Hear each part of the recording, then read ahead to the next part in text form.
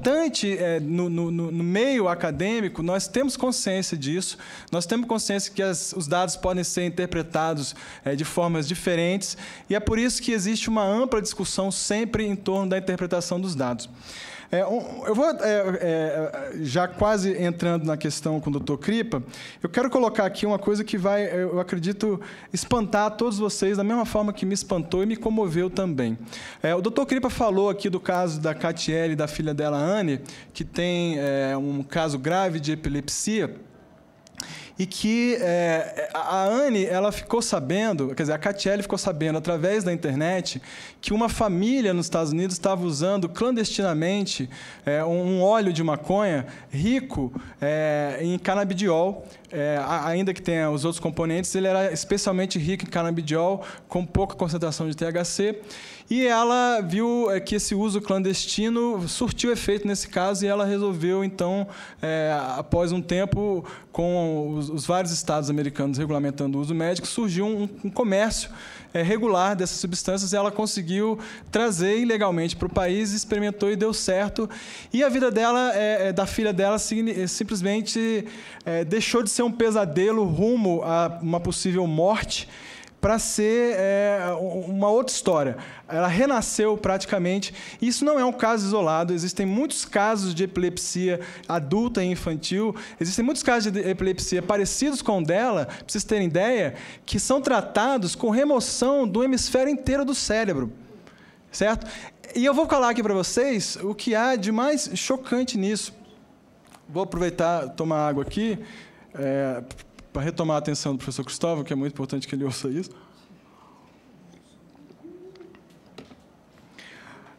O primeiro artigo científico do mundo ocidental, formal, relatando os efeitos medicinais da maconha, foi escrito por um médico irlandês que estava fazendo serviço na Índia, na época que a Inglaterra estava colonizando a Índia. O nome dele é um nome esquisito, eu não sei pronunciar direito até hoje, mas é William Brooke O'Shaughnessy. Esse artigo, ele data, gente, presta atenção, de 1843. Exatamente 4 de fevereiro de 1843, ele publicou um artigo descrevendo os usos de tintura de cannabis índica. Ele fez um extrato alcoólico de cannabis índica, e um dos casos que ele relata em 1843 é de uma menina recém-nascida que estava padecendo a ponto de quase estar morrendo de convulsões intratáveis. Eles tentavam usar opioides e outras coisas na época e nada dava certo. E ele usou tintura de cannabis índica e e interrompeu essa série de epilepsia. Gente, para pensar nisso. Em 1843 já se conhecia algo que poderia ter salvo tantas e tantas vidas, poderia ter evitado tanto sofrimento, e não o fez por causa da proibição. Esse surgimento de toda essa questão em torno do uso para a epilepsia fez com que algumas mães participassem da Marcha da Maconha no Rio de Janeiro, e uma dessas mães falou o seguinte no Globo,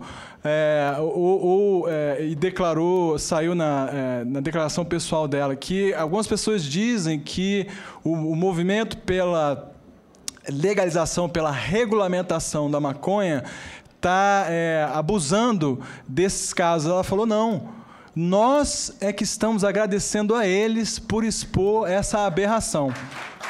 Porque foi a proibição que impediu o desenvolvimento da ciência em torno do uso da maconha desde então, e não há nada que justifique uma guerra para impedir que se administre uma questão que pode ser administrada de forma racional e não ideológica, não pela ideologia da guerra. Eu vou agora detalhar sobre as coisas que o Dr. Kripa falou, para mostrar o exemplo muito interessante de como o contexto influencia na interpretação das coisas, certo? Nós somos cientistas, não somos robôs. O artigo que ele falou, que fala sobre a relação da maconha com a esquizofrenia, ele falou que aumenta 370 vezes a chance da relação da maconha com a esquizofrenia. Eu queria esclarecer exatamente do que ele está falando, que vocês vão ver que a coisa pode ser vista de uma forma muito diferente. Esse artigo ele mostrou o seguinte, que se você pegar e olhar o histórico de pessoas, certo? Que usaram maconha aos 15 anos e for ver lá o grupo dessas pessoas que usaram maconha aos 15 anos, que desenvolveram esquizofrenia, e comparar com o grupo de pessoas que nunca usaram maconha, e ver o número delas que desenvolveram esquizofrenia, você vai ver que entre o grupo das pessoas que usaram maconha aos 15 anos, existe em torno de 12% de pessoas que são... que entre o grupo de pessoas que usaram maconha na esquizofrenia, 12% delas foram diagnosticadas eventualmente com esquizofrenia. Enquanto que no grupo de pessoas que nunca usaram maconha, cerca de 3,5% tiveram esquizofrenia. Ou seja, o valor que ele falou, que tem 3,5% mais chance, na verdade, é que tem 3,5% mais pessoas que usaram que tiveram esquizofrenia no grupo dos que usaram maconha do que nas que não usaram, né? Ou seja, vou repetir de novo. Dentre as pessoas que usaram maconha com 15 anos, na idade adulta, 12% foram diagnosticadas como esquizofrênicas. Dentre as que não usaram, apenas 3,5% foram diagnosticadas como esquizofrênicas. Ele falou de um jeito que parece que se conclui diretamente que há causalidade. Mas não há causalidade, há correlação. Eu vou falar uma coisa para vocês que é muito clara da influência do contexto estigmatizado sobre a interpretação de correlação na pesquisa de cannabis sativa. Correlação não indica causalidade. Um exemplo disso é que existe um estudo que mostra correlação estatisticamente comprovada de que em países onde se consome mais chocolate per capita, são os países que têm mais prêmio Nobel per capita. Ninguém aqui acha que chocolate causa ganho de prêmio Nobel, certo? Existe uma correlação, mas não existe uma causalidade. Então, o resultado do trabalho que o Dr. Kripa expôs, na verdade, ele apresenta duas hipóteses. A primeira hipótese de que a maconha pode causar esquizofrenia quando as pessoas usam ela aos 15 anos. A segunda hipótese é que pessoas que têm tendência à esquizofrenia podem ter mais chance de gostar de usar maconha e aderir ao seu uso a partir dos 15 anos. O interessante é que o próprio artigo que ele citou tem uma análise que é a seguinte: essas pessoas também tinham uma detecção dos seus quadros de saúde mental aos 11 anos de idade. O mesmo artigo que ele mostrou. Quando eles pegam... o Dr. Kripa quer responder, vai ser ótimo. Quando eles pegam e tiram do grupo das pessoas que usaram maconha aos 15 anos, aquelas que já tinham problemas psiquiátricos aos 11, a diferença deixa de ser significativa. Ou seja, isso implica que a hipótese de causalidade está sendo enfrentada por uma outra hipótese, a hipótese de comorbidade. Ou seja, que as pessoas que têm algum problema que antecede o diagnóstico de esquizofrenia pode levá-las a usar maconha. Esse conceito foi comprovado pelo seguinte, porque a interpretação que ele deu gerou a hipótese de que, se aumentar o número de uso de maconha numa população, iria aumentar o número de esquizofrênico. Isso é a hipótese que deriva da conclusão dele.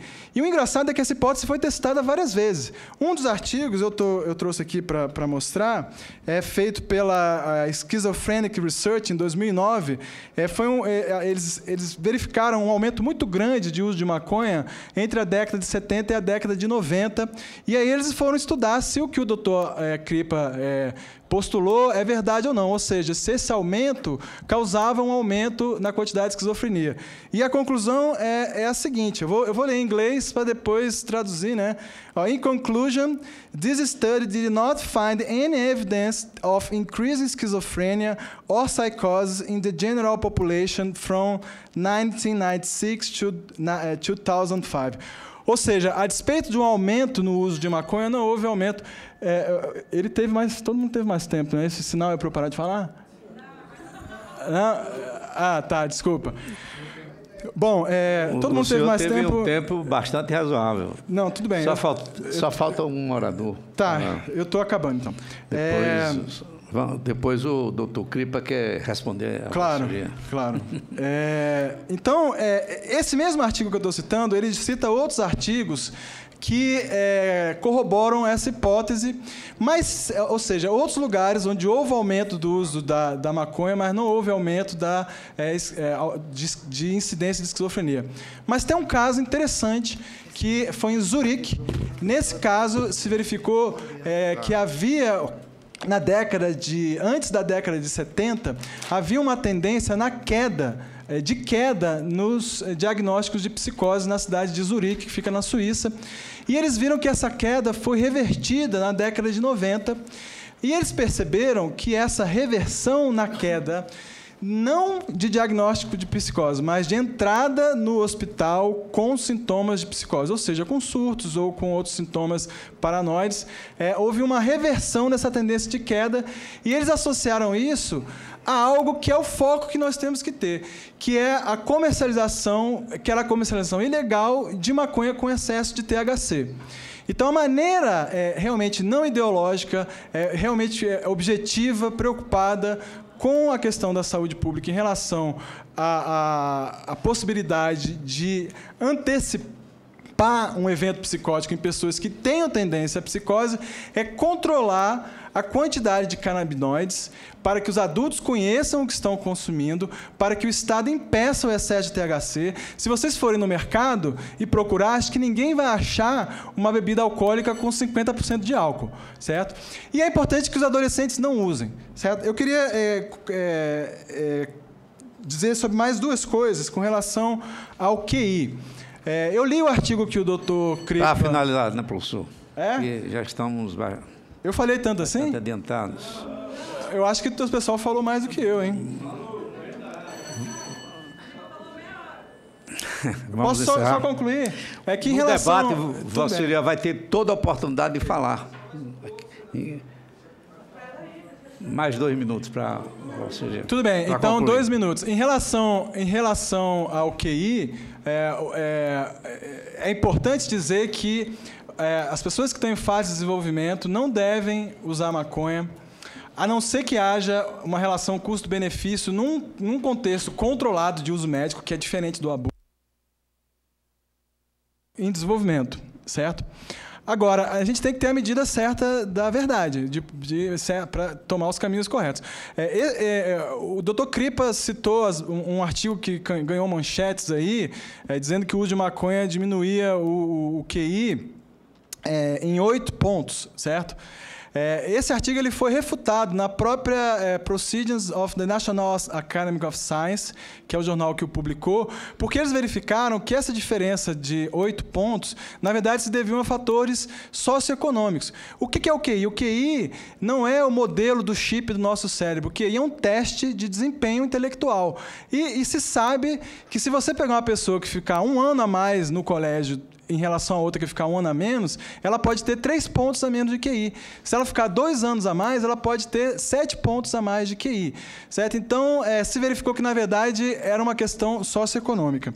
Em relação às alterações de estrutura do cérebro, é importante dizer que pessoas que têm ansiedade, depressão, que passaram por algum período de estresse crônico, elas possuem alterações no cérebro que são semelhantes às alterações encontradas em artigos que olham para o cérebro da pessoa quando ela já abusa da maconha.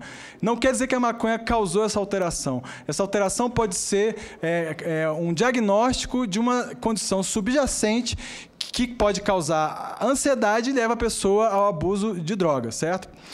Mas não descarta a possibilidade. O abuso, ele deve ser evitado, e ele tem que ser evitado com um discurso que seja um discurso realmente objetivo, um objetivo cristalino, profundo na análise dos dados, que evite ser... a gente tem um compromisso muito grande na ciência de não guiar as pessoas para o caminho errado. Então, quando a gente fala sobre os limites do que é bom e ruim sobre a maconha, é importante para que as pessoas saibam a verdade e não que fiquem assustadas, porque a educação é feita com consciência, não com medo. É isso. Agradeço.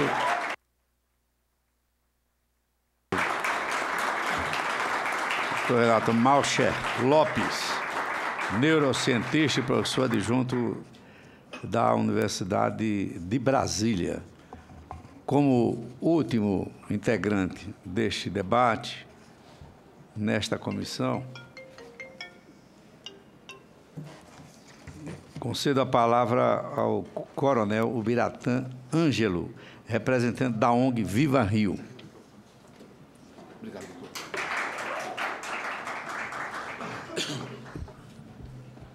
Bem, bom dia a todos e todas presentes. Eu venho representando uma organização não governamental, Viva Rio, mas a gente traz um background de um membro, né, e da instituição que a doutora Maria Lúcia Caram preside, que é o LEAP, o Law Enforcement Against Prohibition, e está também no meu background, eu sou coronel da reserva da Polícia Militar do Estado do Rio de Janeiro, né, e de onde eu tive a oportunidade e a honra de ter sido comandante-geral da Polícia Militar do Estado do Rio de Janeiro. Então, para mim, é extremamente importante estar aqui debatendo o artigo 28. E eu vinha com uma ideia, né, eu tinha uma dúvida, né, que a partir dos debates, das falas aqui, eu passei a ter a certeza. Ou seja, para que serve o artigo 28? Por quê? Porque eu só ouvi aqui várias falas do porquê ele não serve. Então, eu queria saber para que serve o artigo 28. Porque nós estamos, né, qual o objetivo? Se o objetivo dele é de saúde pública, ou se ele vai entrar contrariando o princípio da alteridade, que bem falou aqui do nosso juiz de direito, então ele está focado no usuário. Ele está focado, então, para uma proibição com o usuário. Então, vamos lá. Ele é um reforço, nada mais, nada menos, do artigo 16 da 6368 de 1976. Né? O artigo 281 do Código Penal, até aquela época, ele colocava o usuário e o vendedor, o traficante, no mesmo patamar. Em 76 há uma distinção. O 12 fala do vendedor e no 16 fala do quem porta para uso. E posso estar falando um absurdo, se eu tiver o juiz, tem 2 juízes na mesa, poderão me corrigir. Né? No direito penal brasileiro, a conduta proibitiva ela vem no tipo, e vem num verbo, no núcleo do tipo, que esse verbo tem que estar no infinitivo. Tem que estar no infinitivo. E o verbo usar não aparece nesse artigo 28 e não aparece no artigo 16 da 6368. E sim o portar. Então, o 12, o 16 e o 28 agora também, eles proíbem o porte. O porte. Com 2 condutas. Alguém porta para fornecer a outras pessoas e o outro porta para si mesmo. Ou seja, mas usar não está criminalizado. Parece brincadeira o que eu estou falando aqui numa sala, nesse plenário maravilhoso, mas na cabeça do PM, que está lá na ponta da linha, isso é um nó górdio. Ele não sabe o que fazer. Ele não sabe o que é núcleo do tipo. Ele não sabe. Ele sabe o que é a conduta proibitiva. Ele sabe qual a diferença entre correlação e causalidade, o princípio da alteridade. Não sabe. Ele sabe o seguinte, é crime, eu vou prender. Razão pela qual nós temos no ambiente carcerário, o juiz, o doutor Zé Henrique colocou, uma centena de pessoas que estavam portando para uso. Por quê? Ao policial, e não é só o PM, o policial civil, está em flagrante delito, ele não pode prender, ele tem que prender. Então, se está dentro do previsto, está portando, se é para uso, ele não quer saber. Ele não quer saber porque ele não pode saber, porque aquela conduta vai lhe ser cobrada. Ele é um agente garantidor de quê? Do ordenamento jurídico. Então, ele vai ter que tomar essa decisão. Então, eu falo isso porque eu passei 32 anos na ativa sofrendo isso. Eu estava brincando aqui com o doutor Zé Henrique, eu falei assim, eu sou um milagre. Não tô nenhuma, sabe por que eu sou um milagre? Não estou preso nem vivo, nem preso nem morto. Né? Até os 18 anos, eu sou negro e nasci na favela. Então, a comunidade carcerária é composta de negro, pobre e favelado, na sua maioria. O índice dos homicídios no estado do Rio de Janeiro, em especial, e no Brasil também, mas no estado do Rio de Janeiro, eu vou falar, é de preto, pobre e favelado, a maioria das vítimas. Então, até os 18 anos, eu era para estar preso ou morto. Por que até os 18? Porque eu entrei para a polícia aos 18 anos. Aí eu aumentei minha chance de morrer, porque o policial no Rio de Janeiro tem 17 chances de morrer a mais do que um cidadão comum. Então, pô, eu sou um absurdo. Né? Eu sou um absurdo. Eu era para estar preso ou morto até agora. Né? E agora eu trabalho com mediação com conflito no Haiti. Bom, para ter uma ideia de como fica a minha situação. Por quê? Aí nós fomos, então, na discussão da relação de correlação e causalidade. Será que o artigo 28 está dizendo o seguinte, que está portando droga necessariamente poderá usar ou passar para outro? Existe uma correlação entre portar ou uma causalidade em portar ou não? Uma coisa eu lhe garanto, eu não sei para que serve o artigo 28, mas digo o seguinte, não é para proibir o uso. Não é para proibir o uso. Por quê? Desde o 16 da 6368, o uso continua. Ele não interveio no uso. E o 28 não vai intervir. Vai intervir, sim, nas relações de corrupção, de violência, do aparato policial do Estado, porque facilita. É muito mais fácil eu ser corrompido por algo que é proibido. Porque o que é permitido, o cara fala assim, eu vou fazer e está acabado, eu tenho o direito de fazer. Agora, ele só vai tentar corromper o policial se ele não tem o direito de fazer. Então, para isso serve o artigo 28, para facilitar esse tipo de coisa. Mas tem uma coisa pior do que isso. Passou pior do que isso, que simplesmente essa hipocrisia de dizer que é para o usuário, quando na verdade é para quem está portando droga e causando esse confusão na cabeça do policial. É que esse ambiente de corrupção, e bem foi falado aqui por vários especialistas, ele permite também uma disputa mercadológica ilegal e violenta. Ilegal e violenta. Né? Aqui na sala, possivelmente, tem usuários de álcool, que é uma droga também, mas cada um com a sua opção. Eu bebo uísque tal, aquele, a cerveja tal, né? E os fornecedores, eles disputam dentro de uma regulação mercantil. Né? Não só de marketing, mas também de todo o produto, a produção de uma imagem de que o meu produto é melhor. E o cara que está lá, vendendo droga no cenário da violência, como é que ele disputa o seu espaço mercantil? Não preciso responder, que todo mundo sabe como é. Então, uma coisa eu lhe digo, o artigo 28 contribui, sim, não só para a corrupção, para um número grande de mortes de pessoas que traficam, pessoas que estão no ambiente, que estão inocentes, estão naquele ambiente, e também de policiais que morrem e matam. O que aconteceu comigo dos 18 anos para cá é que eu passei a ter uma chance maior de ficar preso, porque eu poderia ter ingressado nesse ambiente de letalidade policial. Então, esse é um dos grandes resultados do artigo 28. Como membro do LIP, a minha cabeça é o seguinte, eu não tenho aqui que ser favorável ao uso de drogas, não é essa a minha percepção. Eu sou contra a proibição. Essa é o foco do LIP, esse é o foco que a gente vem trabalhando. Por quê? Por causa dos malefícios que a proibição gera. Isso é indubitável. A guerra às drogas, ela trouxe alguns benefícios? Trouxe. Eu posso elencar alguns benefícios que a guerra às drogas trouxe, que ninguém falou aqui. Sabe qual foi? Aumentou sobremaneira o consumo de munição. Lógico.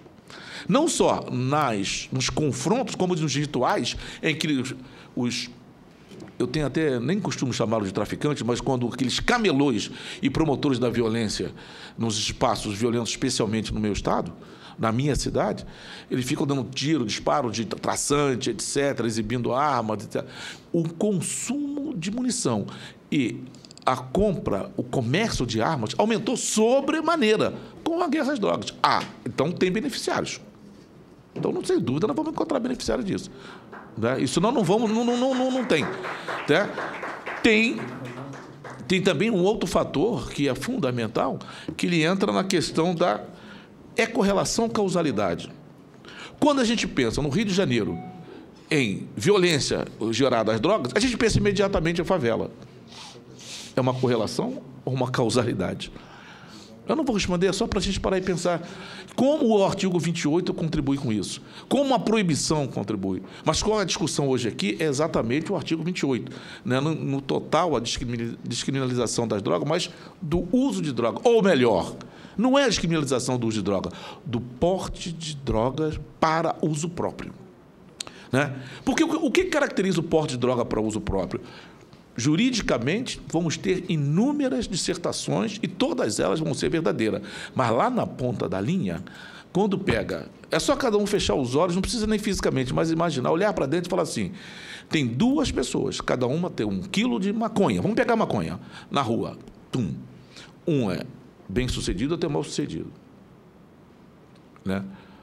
Aí eu pergunto, aquela pessoa bem-sucedida, ele vai alegar e poderá provar que aquilo é para ele consumir em um mês, um tempo qualquer.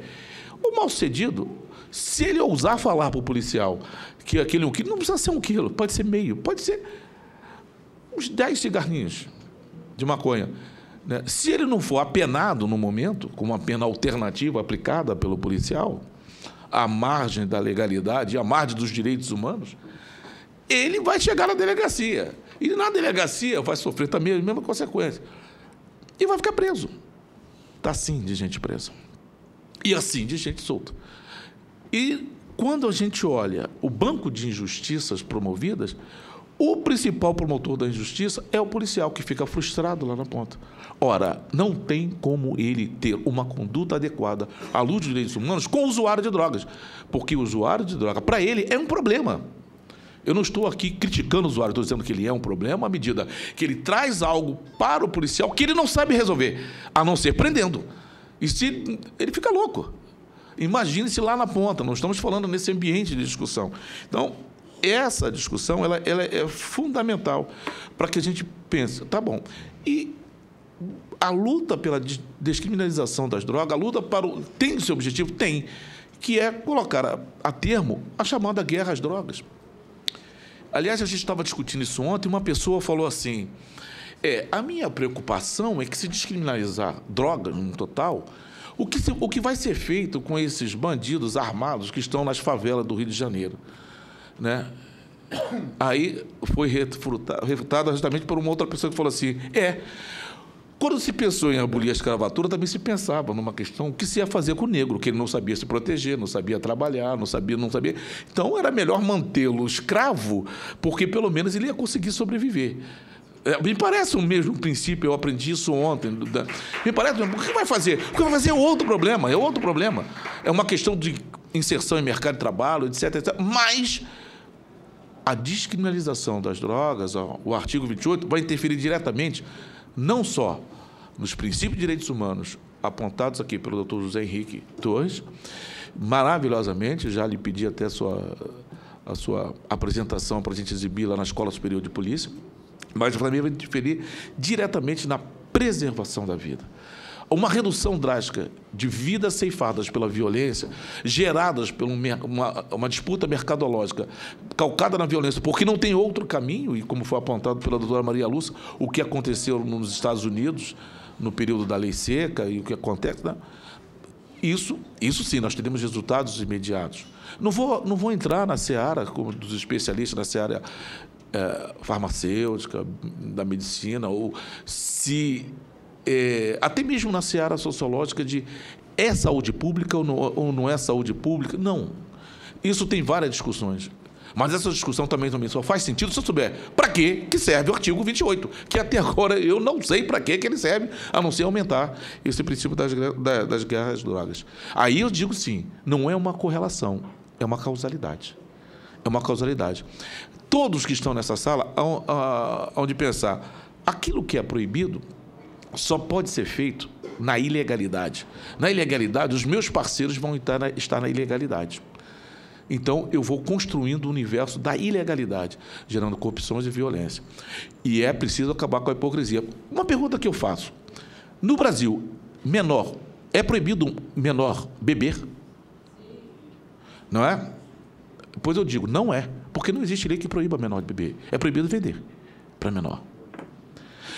Essas ilusões jurídicas promovidas, eu também cansei de... Eu, há pouco tempo, teria dado a mesma resposta. Sim, é proibido. Essas ilusões jurídicas são construídas para mostrar assim, não, o álcool é sociável, etc. O menor não pode. O menor pode beber. Só não pode vender para ele. E essa conduta vai ser reprimida pelo comerciante administrativamente. Já viram algum policial prender ou ficar fazendo investigação policial ou entrar de fuzil num botequim porque está vendendo para menor? Não. Mas ele vai entrar em outros ambientes. Ora, porque o álcool está no âmbito da regulação, que tem que ser melhorada, pode ser melhorada. E as outras drogas que foram escolhidas pelos critérios aqui falados, né, estão no campo da proibição. E isso cai na mão de quem? Da polícia. Esse mercado sujo é jogado na mão de quem? Do favelado. Não é por ele ser favelado, é na mão daquele que as pessoas acreditam que ele não vai ter. Ele acaba acreditando que ele não vai ter outra oportunidade de gerador da sua própria renda. Então, ele se arma. Agora, já pararam para imaginar quanto custa um fuzil e a munição que é gasta lá no Rio de Janeiro? Ora, vamos parar, e aí é um apelo que a gente faz. Para que serve o artigo 28? Tá? Muito obrigado.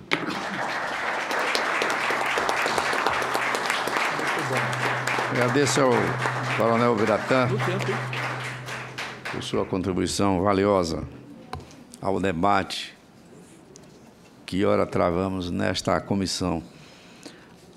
Antes de conceder a palavra ao senador Cristóvão Buarque, que naturalmente deseja se manifestar, e ao senador Suplicy, que está na CAI,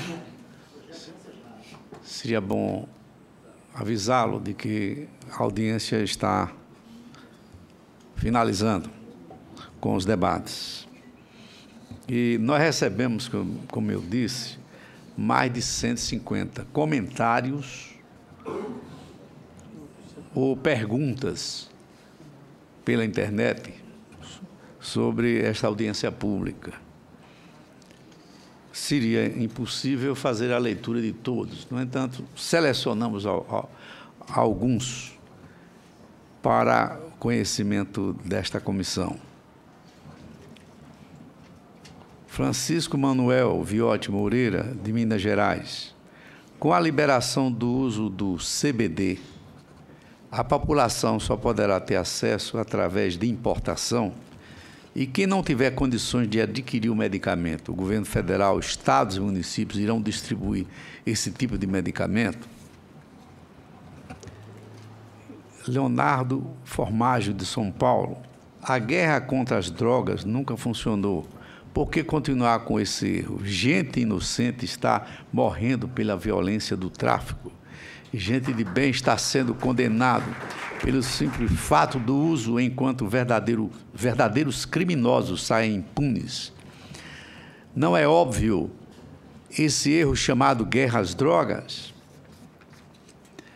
E não queremos que alivie a vida dos traficantes. Queremos apenas que retire a maconha da mão do crime. Se a maconha é a porta de entrada para outras drogas, por ainda deixar que as pessoas criminosas tenham controle desta droga, não é melhor regulamentá-la? Paulo César, de São Paulo.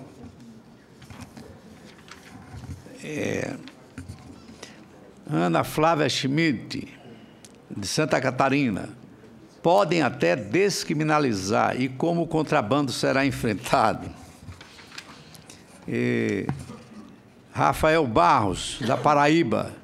Segundo a Organização Mundial de Saúde, o consumo de álcool matou mais de 3,3 milhões de pessoas em 2012. Qual a justificativa moral e científica para permitir que o porte de álcool para adultos e proibir o porte de outras drogas para o consumo pessoal menos nocivas? Exemplo, cannabis. Tarcísio Coelho, também da Paraíba.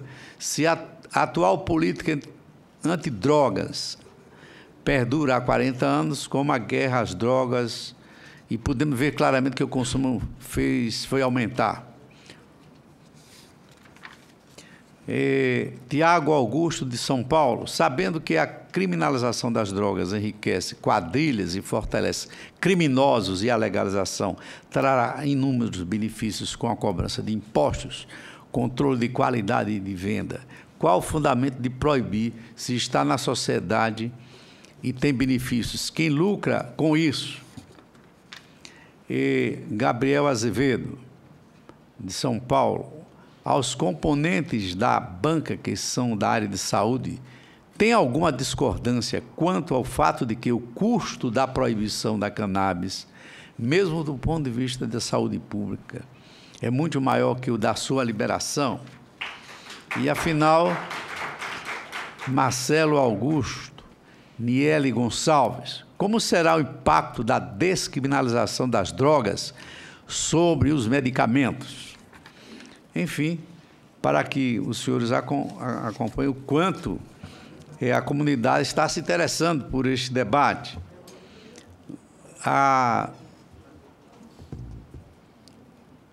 O senhor Ayrton Luciano Aragão Júnior.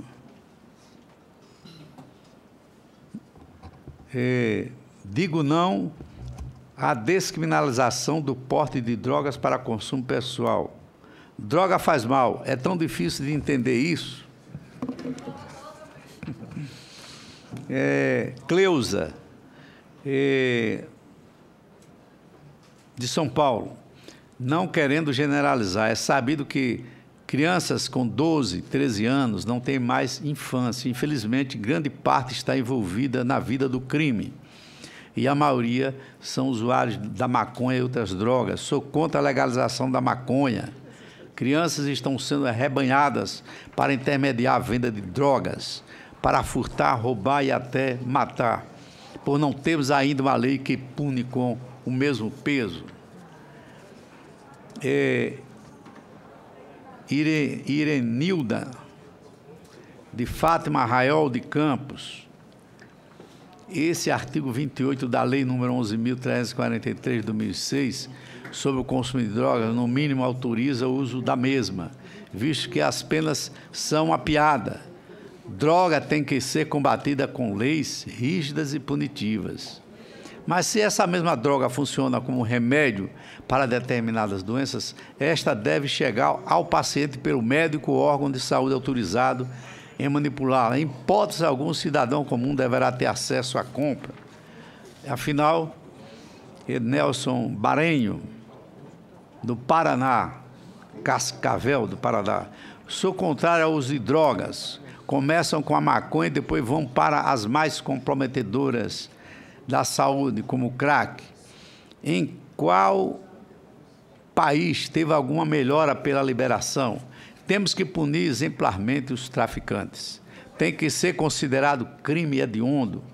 Não podem responder em liberdade nunca. Eles terminam com as famílias, e os jovens terminam com o futuro do Brasil.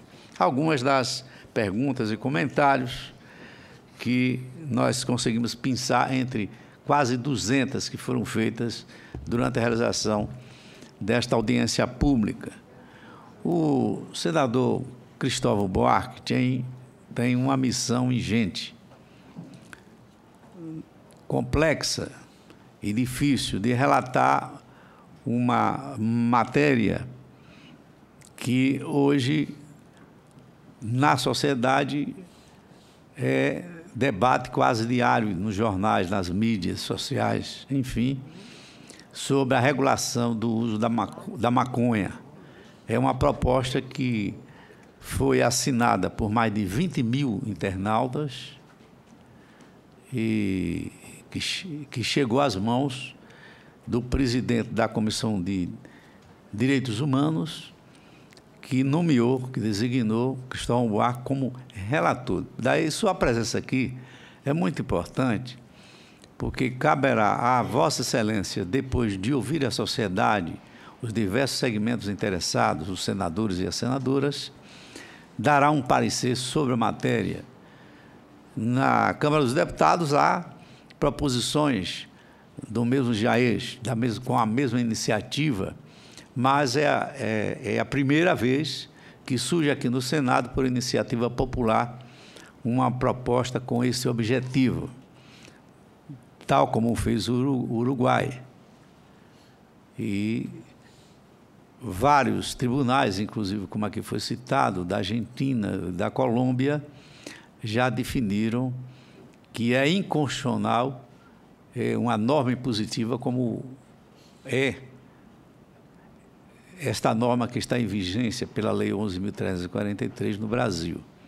Passo a palavra ao nobre senador Cristóvão Buarque, grande educador, grande senador da República de Brasília, do PDT. Senador e senhores e senhoras presentes, eu quero agradecer muito essa audiência. Ela, para mim, está sendo muito instrutiva. E eu venho fazendo 4 perguntas a mim mesmo e tentando levantar respostas para preparar o meu parecer. E eu vou fazer 3 das 4 aos senhores.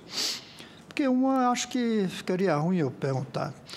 Se a legalização, a descriminalização vai ofender a moral coletiva do Brasil. Essa eu não vou fazer, porque essa eu acho que exige, mas se quiserem responder, a opinião de vocês também aceitaria. Mas antes de fazer essas perguntas, eu queria fazer uma pergunta ao doutor José Alexandre, porque me impressionou muito sua apresentação, primeiro pela clareza, como mostrou que derivados, pelo menos, da maconha podem ser benéficos cientificamente, medicinalmente. Mas eu queria fazer a pergunta seguinte, sobre aquele impacto da maconha no cérebro e na provocação de surto, de esquizofrenia, sem levar em conta o que o professor Renato colocou, rebatendo a sua pergunta, a sua apresentação, eu queria saber o seguinte, se a pesquisa fosse com álcool, provocaria o mesmo efeito de aumento do surto de esquizofrenia, ou o álcool não geraria isso? Essa é a primeira coisa. Não vou colocar o fumo, porque o fumo a gente já sabe o que provoca no pulmão. Não sei se provoca também no cérebro. Essa é uma pergunta que eu fiquei, porque se de fato existe o surto esquizofrênico provocado pela maconha, a gente tem que analisar isso. O professor Renato diz que não. Mas eu quero... Esse surto provocado, mas não causa esquizofrenia. Não causa isso. Pessoas que já têm a tendência. Mas se o álcool também for, aí é um raciocínio nosso, ao querer descriminalização. Mas se o álcool não fizer, é outro, diferente. Então, essa é a pergunta que eu acho que poderia deixar já agora para responder. Mas tem outra. Se o senhor conhece estudos diferentes, como cientista, se conhecem estudos que dizem o contrário, que a maconha não provocaria o surto de esquizofrenia. São 2 perguntas, então. Então, se há estudos que dizem o contrário. E segundo se o álcool provocaria a mesma coisa. Mas já vou fazer as 3 perguntas que eu gostaria de fazer a todos. Primeiro, antes de eu dizer o seguinte, para mim, a necessidade do uso da droga, ela não é característica da nossa civilização. Essa está nas civilizações inteiras, mas como efeito em eventos, em solenidades, em ritos. O que caracteriza na nossa sociedade não é apenas o uso, é a dependência que as pessoas têm hoje em relação às drogas. Dá para dizer que o ser humano de hoje ele é um homem químico. Parte de químicas medicinais que não geram dependência. Você toma, fica bom e para. Outras que você tem que tomar para superar problemas que a sociedade lhe provocou.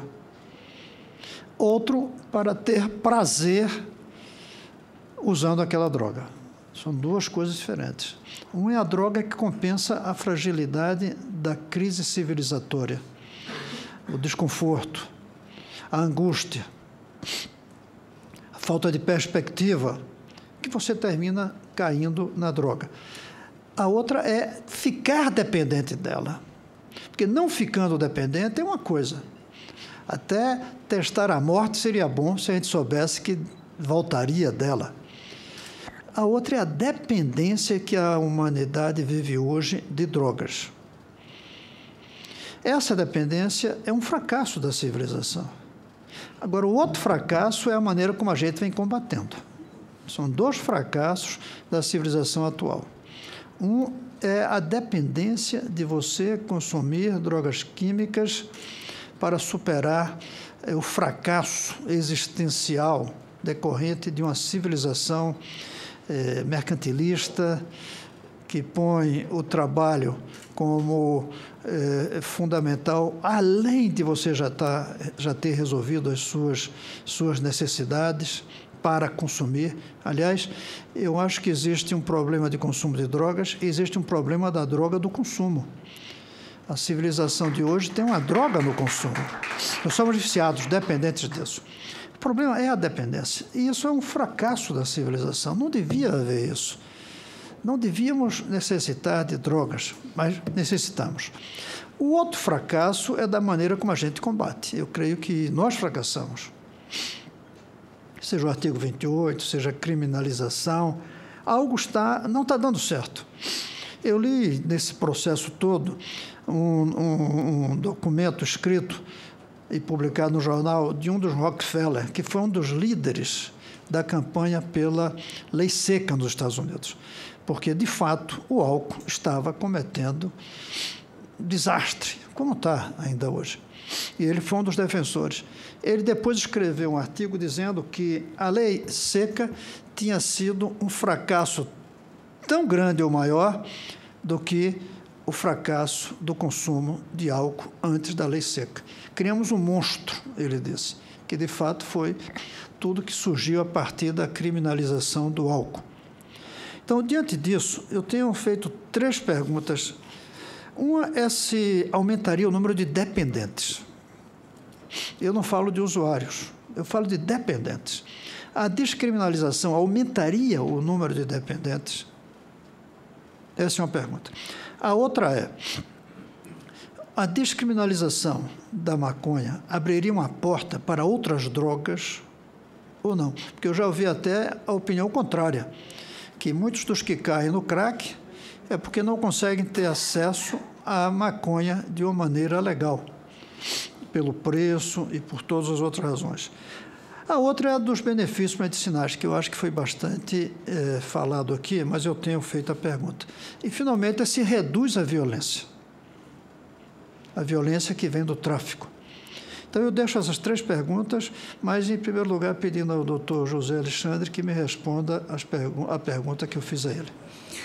Obrigado, senador Cristóvão Buarque. A boa notícia é que a Anvisa, diante do clamor causado com aquela reportagem do Fantástico, que trouxe o drama de uma família, da menina Anne, que precisava usar uma droga decorrente da maconha, que é a canabidiol, que hoje é classificada como uma droga proscrita, não é? Uma substância química proscrita pela Anvisa, a chamada lista F2. Na próxima reunião da Anvisa, ela vai decidir em tirar da lista F2 para colocar na lista C1 um medicamento que poderá ser prescrito por um médico e retirado, não é, nos correios ou agências particulares que enviam medicamentos dos Estados Unidos com a apresentação de uma receita médica.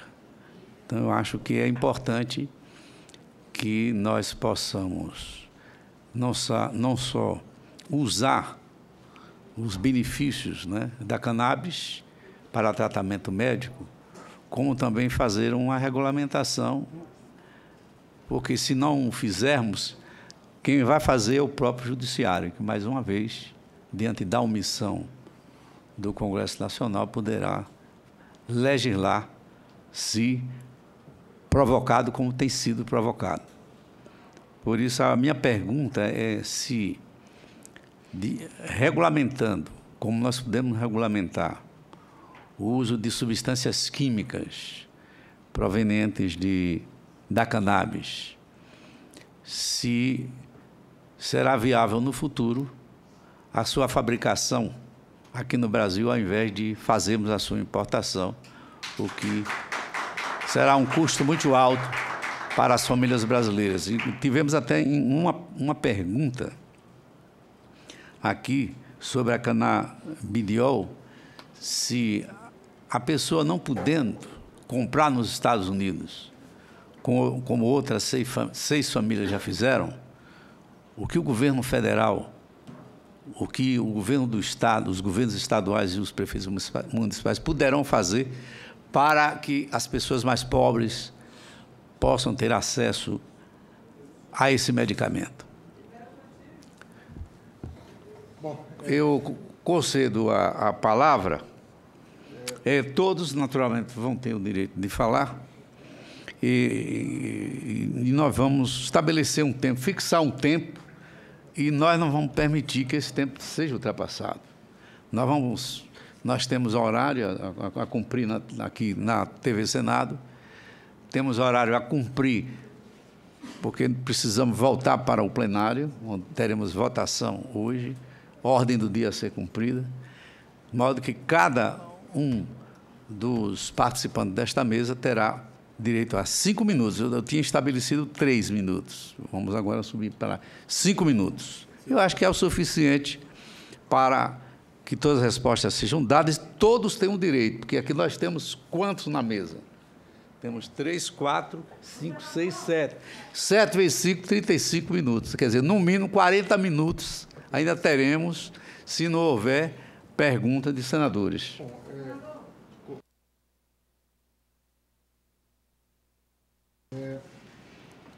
Houveram diversos questionamentos a respeito, inclusive, de que eu fui equivocado em interpretar os dados. Isso, para um cientista, é muito grave o que aconteceu aqui. Então, eu preciso responder. O senhor já está perdendo tempo.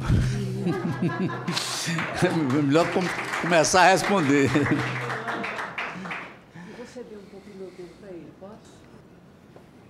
Então, eu ganho 10 minutos. Então, primeiro, queria agradecer... Eu falei 5 minutos. Mas falei 5 minutos. O regimento fala em 3 minutos. Eu estou dando 5 minutos. Estou ultrapassando o regimento. Então, obrigado pela pergunta, professor Cristóvão. A primeira coisa em relação ao álcool. O álcool causa dano cerebral, sim. Há diversos estudos nesse sentido, e existe uma condição chamada alucinose alcoólica, que ocorre na vigência do uso do álcool, e sintomas psicóticos podem acontecer na síndrome de abstinência do álcool. Então, eu acho que essa casa tem que debater a propaganda do álcool, que caminhou num nível em relação ao tabaco até um determinado momento e que hoje o lobby muda de outra forma. Eu vou responder igual o Enéas, desculpem, pessoas, para tentar colocar rapidamente. Segundo, a fabricação do canabidiol no Brasil, dos canabinoides, é uma tecnologia de baixa tecnologia. A Embrapa tem mais de 5, 6 mil pesquisadores e teria condição total de fabricar. Isso seria uma inovação incrível e nós, como cientistas, achamos que poderia ser distribuído para a população e teria condições, sim, de produzir isso. E existem empresas e ganhar dinheiro e fornecer, ter um conteúdo social muito grande nesse sentido. Bom, em relação ao fracasso do combate, isso eu não sei. Eu estou tentando propor aqui, colocar informações apenas. Em relação ao custo da liberação, que foi colocada a pergunta, eu também não sei. Talvez a experiência do Uruguai possa colocar isso de uma maneira um pouco mais ampla. A questão da porta aberta, isso é uma questão que também não está definida. A literatura ela mostra dos dois lados, é controversa. Eu tenho uma opinião própria a respeito disso, mas como é controversa, eu não vou tentar me ester a respeito disso. Se reduz, aumenta a violência, também não tenho dados totais. Aumenta, sim, em relação ao tráfico, isso é comprovado, mas em relação ao consumo, depende. Daí tem uma série de contextos, não vai me dar tempo de responder. Bom, em relação ao uso de drogas, que o senhor colocou muito bem, nesse final de semana a gente está recebendo em Ribeirão Preto, num simpósio, o professor Jorge Riba, da Universidade de Barcelona, a maior autoridade sobre o uso de ayahuasca do mundo. E, nós, em Ribeirão Preto, estamos testando para tratamento de depressão, de ansiedade, de alcoolismo, com resultados incríveis. Depois a literatura vai estar disponível. Agora, em relação a vários comentários do professor Renato, eu vou me colocar extremamente reticente em várias colocações. Primeiro, eu não falei nada a respeito do QI. Não falei, está gravado. Então, eu não entendi por que esse comentário. Eu não falei absolutamente nada em relação a isso. Sim.